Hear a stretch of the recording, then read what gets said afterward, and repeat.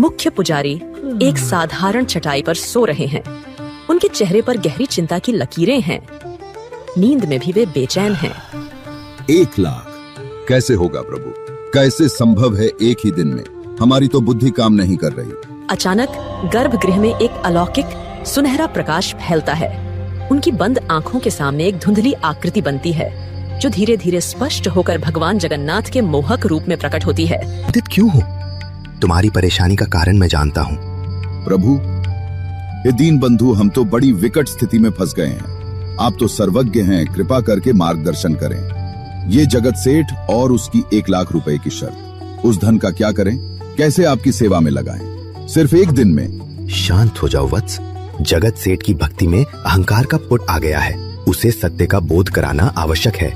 उससे कहना, मैं उसकी भेंट स्वीकार करूंगा। सचमुच प्रभु? तो क्या भोग अर्पित करना है? क्या विशेष पकवान बनवाने हैं? हम अभी से तैयारी। नहीं पुजारी, कोई विशेष पकवान नहीं। जगत सेठ से कहना कि वो मुझे केवल 1 पान अर्पित करे। क्या प्रभु, सिर्फ 1 पान? लेकिन 1 लाख रुपए, वो सब 1 पान में कैसे खर्च होंगे? ये तो सेठ जी का अपमान। पुजारी, मैं प्रतिदिन सामान्य चूने वाला पान ग्रहण करता हूँ। जगत सेठ से कहना कि वो जो पान मुझे अर्पित करेगा उसमें सामान्य चूना नहीं अपितु गज मोती चूर्ण का उपयोग किया जाए। गज मोती चूर्ण? प्रभु, ये क्या होता है? हमने तो कभी इसका नाम भी। ये अत्यंत दुर्लभ वस्तु है पुजारी। हजारों हाथियों में से किसी एक के मस्तक में ये मोती प्राकृतिक रूप से बनता है। अब जाओ और जगत सेठ को मेरा यह संदेश दो। ये पान ग्रहण करने के पश्चात ही मैं बताऊंगा कि आगे मुझे क्या खिला सकते हैं। भगवान जगन्नाथ का रूप धीरे धीरे प्रकाश में विलीन हो जाता है। मुख्य पुजारी की नींद टूट जाती है। वे पसीने से तरबतर हैं। यह कोई साधारण पान नहीं था, गज मोती चूर्ण वाला पान। ये रहस्य आपको हैरान कर देगा। गज मोती चूर्ण? हे प्रभु, ये कैसी लीला है आपकी? रात के अंधेरे में देखे गए उस स्वप्न ने मुख्य पुजारी की चिंता को और भी गहरा कर दिया था। 1 लाख रुपए खर्च करने की समस्या अब एक दुर्लभ, लगभग असंभव वस्तु को ढूंढने की चुनौती में बदल गई थी। बारिश रुक चुकी है, लेकिन आसमान में बादल अब भी हैं। मंदिर में सुबह की चहल पहल शुरू हो गई है। जगत सेठ, जो रात भर अपनी बड़ी भेंट के बारे में सोचकर उत्साहित थे, मुख्य पुजारी के कक्ष के बाहर टहल रहे हैं। उनके चेहरे पर अधीरता और गर्व का मिला जुला भाव है। आज का दिन ऐतिहासिक होगा। पुरी के इतिहास में किसी ने भगवान को एक दिन में 1 लाख का भोग नहीं लगाया होगा। सब देखेंगे जगत सेठ की भक्ति और सामर्थ्य। मुख्य पुजारी अपने कक्ष से बाहर निकलते हैं। प्रणाम पुजारी जी, कहिए क्या निर्णय हुआ? भगवान ने क्या इच्छा व्यक्त की? मैं तो कब से आपकी प्रतीक्षा कर रहा हूँ। बताइए क्या क्या सामग्री मंगवानी है? मेरे आदमी तैयार हैं, पलक झपकते सब हाजिर कर देंगे। सेठ जी बैठिए, प्रभु ने आपकी भेंट स्वीकार करने की बात कही है। अरे वाह, ये तो बहुत शुभ समाचार है। तो बताइए, 56 भोग या कोई विशेष मिठाई जो उन्हें प्रिय हो? आप बस नाम लीजिए, दुनिया के कोने कोने से मंगवा दूंगा। सेठ जी, प्रभु ने ऐसी कोई इच्छा व्यक्त नहीं की। उन्होंने कहा है कि आप उन्हें केवल 1 पान अर्पित करें। क्या? एक पान? पुजारी जी, आप मजाक तो नहीं कर रहे? मैंने 1 लाख रुपए दिए हैं और आप कह रहे हैं सिर्फ 1 पान? ये कैसे हो सकता है? सेठ जी, यह मेरा नहीं, स्वयं महाप्रभु जगन्नाथ का आदेश है। उन्होंने कहा कि वे प्रतिदिन सामान्य चूने वाला पान ग्रहण करते हैं। आपसे वे एक विशेष पान चाहते हैं। अच्छा, विशेष पान? ठीक है, कौन सी बड़ी बात है? बताइए, कौन सा पान? बनारस का सबसे प्रसिद्ध पान मंगवाऊं या कोई खास जड़ी बूटी वाला? मेरे लिए कुछ भी असंभव नहीं। प्रभु ने कहा है कि उस पान में सामान्य चूना नहीं बल्कि गजमोती चूर्ण का उपयोग किया जाए। गजमोती चूर्ण शब्द सुनते ही जगत सेठ के चेहरे का रंग उड़ जाता है। उनका उत्साह, उनका गर्व सब एक पल में गायब हो जाता है। गजमोती चूर्ण? ये क्या बला है पुजारी जी? मैंने तो आज तक इसका नाम भी नहीं सुना। सेठ जी, गजमोती एक अत्यंत दुर्लभ रत्न है। कहते हैं हजारों हाथियों में से किसी एक भाग्यशाली हाथी के मस्तक में यह प्राकृतिक रूप से बनता है। इसे पाना लगभग असंभव है और उसका चूर्ण, वह तो और भी दुर्लभ। जगत सेठ सन्न रह जाते हैं। उन्हें अपने कानों पर विश्वास नहीं होता। 1 लाख रुपए का अहंकार एक पल में चूर चूर होता महसूस होता है। असंभव। गजमोती भगवान का एक सरल सा अनुरोध जगत सेठ के समस्त धन और अहंकार पर भारी पड़ गया था। तेज मूसलाधार बारिश हो रही है। पुरी के जगन्नाथ मंदिर में सामान्य दिनों की तुलना में भक्तों की भीड़ बहुत कम है। मंदिर के अंदर पुजारी भगवान जगन्नाथ को भोग अर्पित करके अन्य सेवा पूजा में व्यस्त हैं। तभी मंदिर के मुख्य द्वार से एक भव्य रथ आकर रुकता है। उसमें से जगत सेठ उतरते हैं। उनके चमकदार रेशमी वस्त्र और गले में पड़ी सोने की भारी चेन व उंगलियों में दमकती रत्न जड़ित अंगूठियां उनकी अपार समृद्धि का स्पष्ट बखान कर रही हैं। उनके साथ 2 अंगरक्षक भी हैं। तुम लोग यही रुको, मैं दर्शन करके आता हूँ। जगत सेठ मंदिर में प्रवेश करते हैं। उनकी नजर भगवान जगन्नाथ की मूर्ति पर पड़ती है, जिन्हें भोग लगाया जा रहा है। वे सामान्य दाल, चावल और सब्जियों का भोग देखते हैं। भगवान को इतना साधारण भोग? मेरे पास इतनी संपत्ति है, इतनी दौलत, मैं तो अपने प्रभु के लिए दुनिया का सबसे महंगा, सबसे स्वादिष्ट भोग बनवा सकता हूँ। आखिर ये सब धन दौलत उन्हीं की तो देन है, उन्हीं पर क्यों ना समर्पित करूं। भगवान जगन्नाथ की मूर्ति पर एक हल्की सी रहस्यमयी मुस्कान उभरती है, जिसे कोई देख नहीं पाता। पुजारी जी, मैं हैदराबाद से आया हूँ। मेरा नाम जगत सेठ है। मैं भगवान जगन्नाथ का परम भक्त हूँ और उन्हीं के दर्शन के लिए विशेष रूप से यहाँ आया हूँ। स्वागत है सेठ जी। भगवान जगन्नाथ आपकी हर मनोकामना पूर्ण करे। कहिए, हम आपकी क्या सेवा कर सकते हैं? मैं चाहता हूँ कि भगवान को मेरे नाम से सबसे महंगा और भव्य भोग अर्पित किया जाए। ऐसा भोग जो आज तक किसी ने न चढ़ाया हो। अवश्य सेठ जी, यह तो बड़े हर्ष की बात है। भगवान तो भाव के भूखे हैं, पर आपकी श्रद्धा देखकर मन प्रसन्न हुआ। आप जैसा चाहें वैसा भोग।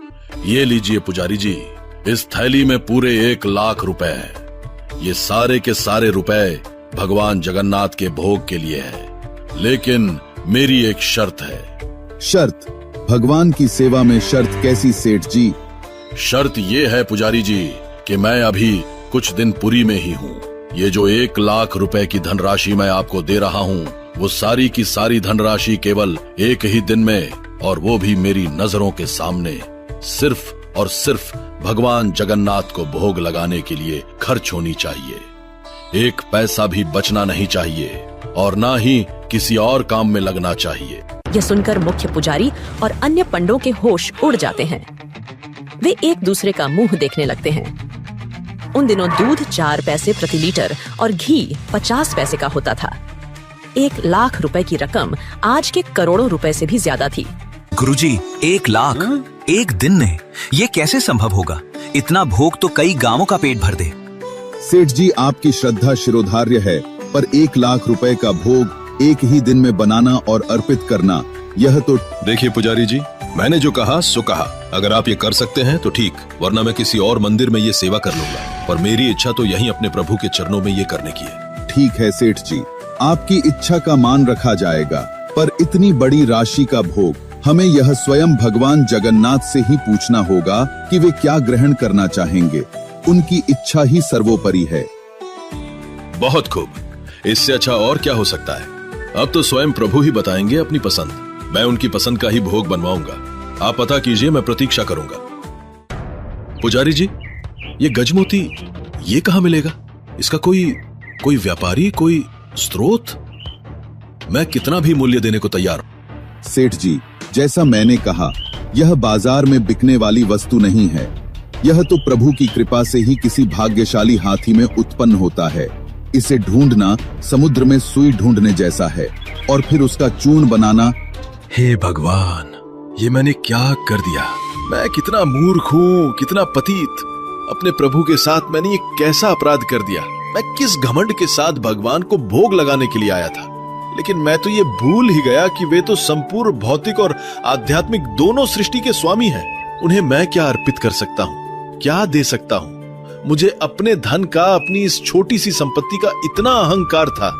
लेकिन सत्य तो ये है कि मैं इतना दरिद्र हूँ, इतना कंगाल हूँ कि उन्हें अपनी मर्जी से 1 पान भी अर्पित करने की क्षमता नहीं रखता। उनकी आंखों में आंसू छलक आते हैं। एक पल में जगत सेठ के मन का सारा मैल धुल गया था। भगवान जगन्नाथ की एक छोटी सी लीला ने उनके घमंड के पहाड़ को चकनाचूर कर दिया था। उन्हें अपनी भूल का, अपने अहंकार का, अपनी तुच्छता का भयंकर एहसास हो रहा था। कुछ देर पश्चात जगत सेठ अपने कक्ष से बाहर निकलते हैं। उन्होंने अपने राजसी, बहुमूल्य और दिखावटी वस्त्र उतार दिए हैं और एक साधारण भक्त की तरह सफेद सूती धोती और हल्के केसरिया रंग का खादी कुर्ता पहन रखा है। उनके चेहरे पर अब शांति और विनम्रता का भाव है। उनके हाथ में वही 1 लाख रुपए की थैली है। पुजारी जी, प्रभु मेरे आराध्य, मैं अत्यंत घमंड के साथ अपनी संपत्ति के अभिमान में चूर होकर आपको 1 लाख रुपए का भोजन करवाने की धृष्टता करने यहाँ आया था। मैं सोच रहा था कि मैं आपको कुछ दे रहा हूँ। मैं कितना बड़ा मूर्ख था प्रभु। मैं तो इतना अकिंचन हूँ, इतना दीनहीन हूँ कि आपकी इच्छा के बिना, आपकी कृपा के बिना आपको एक सामान्य पान भी अर्पित नहीं कर पाया। मुझ पापी को क्षमा करे प्रभु, मेरे इस अपराध को क्षमा करे। जगत सेठ फूट फूट कर रो पड़ते हैं। उनका सारा अहंकार आंसुओं में बह जाता है। वे भगवान के चरणों में अपना सिर रखकर काफी देर तक रोते रहते हैं। उठिए सेठ जी, भगवान जगन्नाथ तो अंतर्यामी हैं। वे भक्त के भाव को देखते हैं, उसकी भेंट को नहीं। आपकी आंखों के ये सच्चे आंसू किसी भी महंगी भेंट से कहीं अधिक मूल्यवान हैं। पुजारी जी, मैं समझ गया, मैं सब समझ गया। प्रभु ने मेरी आंखें खोल दी। ये धन, ये संपत्ति सब व्यर्थ है यदि मन में निर्मलता और सच्ची भक्ति ना हो। सेठ जी जानते हैं, भगवान जगन्नाथ को गर्भगंजन भी कहा जाता है। गर्भगंजन? इसका क्या अर्थ है पुजारी जी? इसका अर्थ है गर्व का गंजन करने वाले, यानी अभिमान को चूर चूर कर देने वाले। भगवान अपने भक्तों के हृदय में उठे अभिमान के विष को इसी प्रकार नष्ट कर देते हैं जैसे उन्होंने आज आपके मन का मैल धोया। क्योंकि जैसे भक्त को भगवान से प्रेम होता है, वैसे ही भगवान भी अपने भक्त से दूर नहीं रह सकते। और यदि भक्त में अभिमान आ जाए तो वह भगवान से दूर होने लगता है। ऐसा होने से पहले ही भगवान उसके अभिमान को तोड़कर उसे पुनः अपने करीब ले आते हैं। मैं धन्य हुआ पुजारी जी, मैं धन्य हुआ कि प्रभु ने मुझ पर इतनी कृपा की। आज मुझे जीवन का सबसे बड़ा सबक मिला।